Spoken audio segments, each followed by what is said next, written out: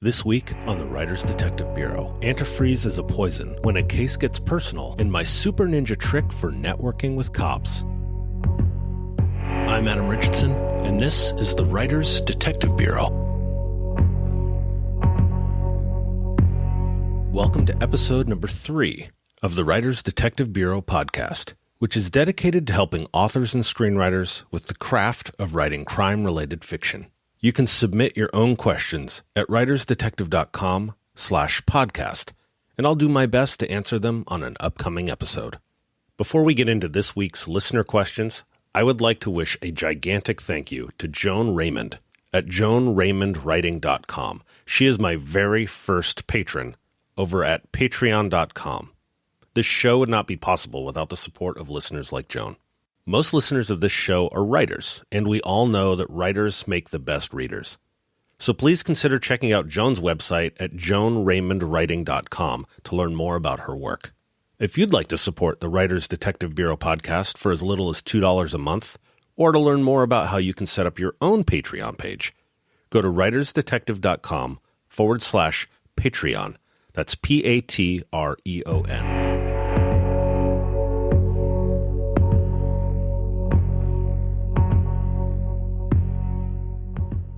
Author Kim Hunt Harris writes, "My murder victim was given antifreeze in an alcohol drink, then was suffocated with a pillow to finish him off. My amateur sleuth performed CPR. Would my sleuth be able to taste or somehow know that the victim had ingested antifreeze? Would it, for instance, cause a tingling sensation or anything like that?" That's an excellent question, and I cannot say that I have ever encountered an antifreeze case, so I don't know if it tingles or not. I do know that it tends to be sweet, and as a result, it actually kills a lot of cats and dogs because they're attracted to the taste. As of late, antifreeze manufacturers have actually tried to add a bitterness taste to keep that from happening, at least for children, but I believe it is still rather sweet to the taste, but I don't know about it actually tingling. So doing some online searches, I'm seeing that the antifreeze would very likely cause nausea and vomiting. So your sleuth would most likely find signs that they had thrown up, and actually the descriptions of ingesting antifreeze, which is ethylene glycol, very often shows up very much like, or presents itself very much like alcohol poisoning. So it's a good call of having it go into an alcohol drink. So your sleuth would most likely believe that it was strictly just over drinking with the alcohol. I don't know that they would detect the taste by any means, especially if the victim had vomited. You then went on to say that there was suffocation with a pillow. Now, the suffocation of the pillow would actually be the indicator that something wrong had occurred. Very often with suffocation, you're going to have petechiae, which are essentially little broken blood vessels in the eyes. You may also see cyanosis, which is like bluish color of the skin. So it's possible they would, that your sleuth might confuse that with thinking it was the person suffocating on their own aspiration, essentially choking on their vomit, which is not uncommon, especially if the person's passed out from alcohol poisoning. So I don't know if your sleuth would know that it was a murder or know that antifreeze had been used, but it's certainly something that would be found when it came time for autopsy. And I know that doesn't necessarily help for telling an amateur sleuth story, but you might have the sleuth detect the petechiae, which tends to be indicative of suffocation, as well as any kind of cyanosis that may show, especially bruising, that would show that the pillow had been forced over their face. So not so much on the tingling sensation, but I think you could be pretty creative in the way that you get your sleuth to figure this stuff out. Thank you so much for your question, Kim. Her website is kimhuntharris.com, but definitely follow her on Amazon at amazon.com/kim-hunt.harris. And the link to her page will be in the show notes by going to writersdetective.com/3.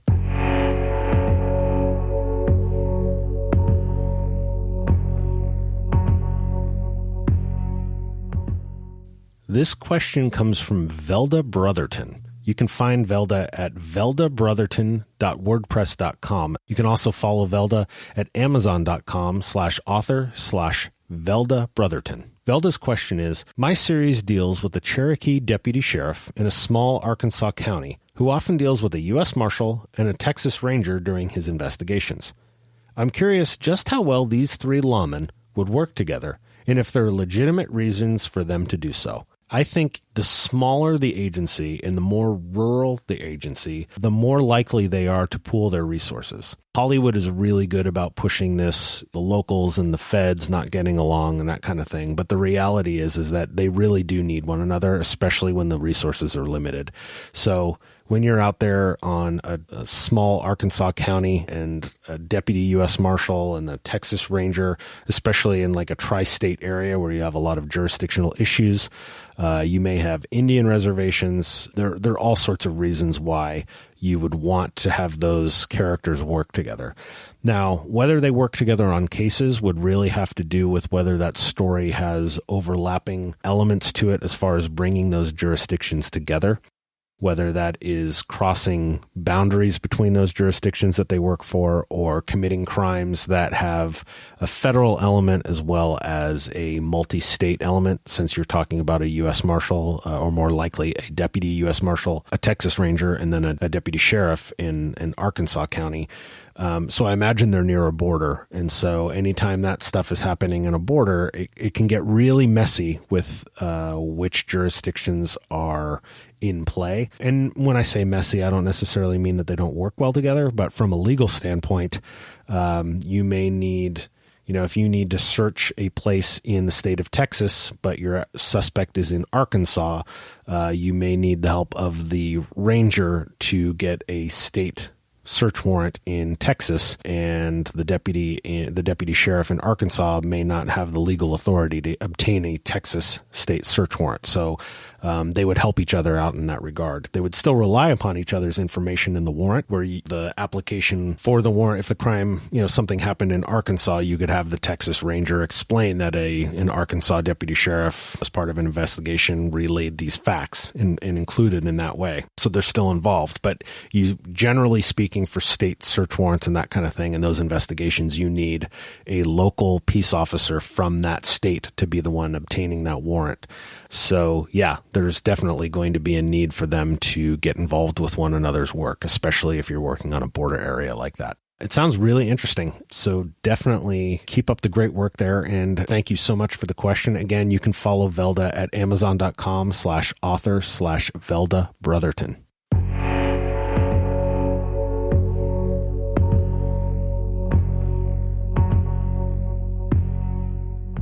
This question comes from Tony Fagioli. You can find his website at tonyfagioli.com. Tony writes, if a bad guy in a case comes after the family of one of the detectives investigating him, would that detective be removed from the case by his superiors due to concerns over his or her ability to now maintain a level head going forward? Absolutely. From a very realistic standpoint, yes, because they are now the victim of a separate crime. And I don't know that they would necessarily, in reality, as a professional detective, I don't know that detective would actually lose the ability to maintain a level head. But the fact that you could argue that as the suspect's defense attorney as a motivation, it would be a strategic thing to remove that detective from the case. So by that, I mean the detective stays on the case, then it goes to trial, and then you have that suspect's defense attorney present the argument to the jury that there was evidence tampering or all of these other things because this detective thinks that my client was going after his family. It's personal. It's a vendetta. By removing the detective from the case, regardless of whether or not there's a level-headed temperament issue, it removes the defense's argument that this is a personal matter when it comes to the detective investigating the suspect. So it would probably upset the detective that they were being removed from the case. But from a strategic standpoint, if I were that boss, I would absolutely remove the detective from that case just to prevent that argument of potential tampering from even being something that the defense could consider presenting to a jury down the road. So I think it would be the smart thing to do on multiple levels. So yeah, great question, Tony. I would love to see what story this may end up folding into. So if you want to find more of Tony's work, again, you can find him at tonyfaggioli.com.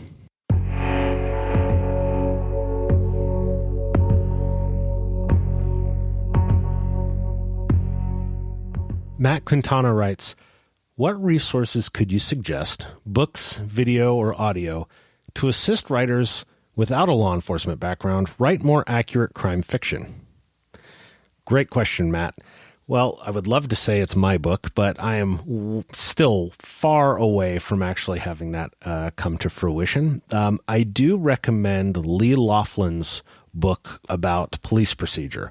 You can find that on Amazon, or I believe you can find it at the Writer's Store as well. I will definitely include a link in the podcast notes. Another great resource would be going to your local community college library. Generally speaking, the libraries will include at least one copy of the textbooks that are being used for current semesters. And I would look for textbooks from the Introduction to Administration of Justice class, or it might be called the Introduction to Criminal Justice class, so a CJ 101 or AJ 101 class. That will give you a really good, broad explanation of the entire career and the facets of the career, the job that we face out there. And any accompanying videos and stuff that are mentioned in the book. A lot of times there's supplemental material as textbooks become more tuned into the modern age. And then if you can't find those resources, you can certainly rent them. I know Amazon rents textbooks now, and they will a lot of times include a lot of online material as well. So as far as video goes, I would look for videos by In the Line of Duty. They had a great series from the 90s and 2000s. It's a little bit dated, but they were really good. They were actually trainings for law enforcement, but you can find them on YouTube now, I believe. And then as far as audio, you got to listen to this podcast. I appreciate that you do, and you might consider subscribing if this is something that you're enjoying. So if you have more questions that you would like to ask, you can go to writersdetective.com/podcast to submit your own and get your answers here.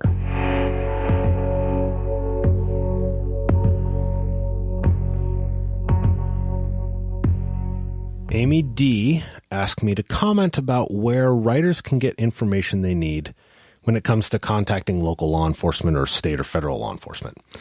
And I think a lot of us have shyness when it comes to reaching out for help, especially when it's something as intimidating as contacting the police or the FBI, that kind of thing. I wholeheartedly encourage you to try to make connections with your law enforcement, your local law enforcement, and the federal ones. I don't know how well the federal agencies will be as far as being receptive to local connections, but most of the federal agencies will have a public affairs department that you can reach out to. For local law enforcement, I have a few suggestions. First, look to see if your local agency does Coffee with a Cop. That's a great way to meet your local police officers and your local deputy sheriffs in a completely non-intimidating way. They're already going to have their happy face on, if you will, and not, you're not interrupting anything. They're there to talk to you. And I'm sure they would love to talk to somebody who is a writer and is genuinely interested in what they do without having some sort of community agenda or commentary as to how they're doing their job. So I think that would be one great way. The next thing would be to look at whether any of your nearby agencies offer a citizens academy. They may have a couple different names for it, but essentially it's usually a 6 to 8 week night, one night a week thing where it's essentially show and tell of what your police department or sheriff's department does. It's a great way to see all sorts of great demonstrations by the canine team and go to the forensics lab and see the SWAT team or the bomb squad, or, talk to detectives.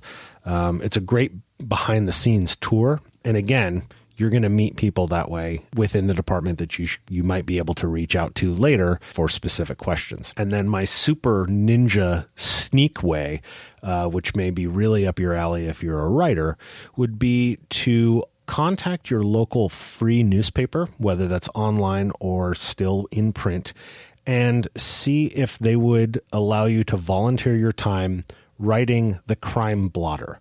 So normally what happens when you read your local paper or your local free newspaper where it has a list of all the crimes, in the 100 block of Main Street last Monday, there was a car break-in, those little blurbs. Those are written by somebody from the newspaper that actually goes to the police department and gets to read through all of the police reports. So if you got to be the volunteer to take that assignment off of somebody else's desk and go to the police department, generally you're going to meet with the PIO, which is the public information officer. That may be a sworn officer or it could be a civilian, but it's somebody whose job is to interact with the media. And so at that point, you're a member of the media and you get to read police reports firsthand. And then your job is to simply summarize that report in, 1 or 2 sentences or maybe a paragraph. But it's a great way to both meet people within the department, your local department, and then it's also a great way to see exactly the work that your local law enforcement agency is doing. Even if you just volunteer to do it for a month or be the fill-in person when that editor or that writer goes on vacation, I think that's a super secret ninja way to get your foot in the door and make some connections to have somebody local to answer those questions. Now, of course, I am always here to help as well. So you can submit your questions by going to writersdetective.com/podcast. Thanks for listening to this episode of the Writers Detective Bureau podcast. If you enjoyed this episode, please be sure to subscribe. If you belong to a writers group, in person or online, I would love it if you'd share this podcast. This podcast is created for you. So don't be shy and submit your crime fiction questions, or just say hello at writersdetective.com/podcast. Thanks again for listening. Write well.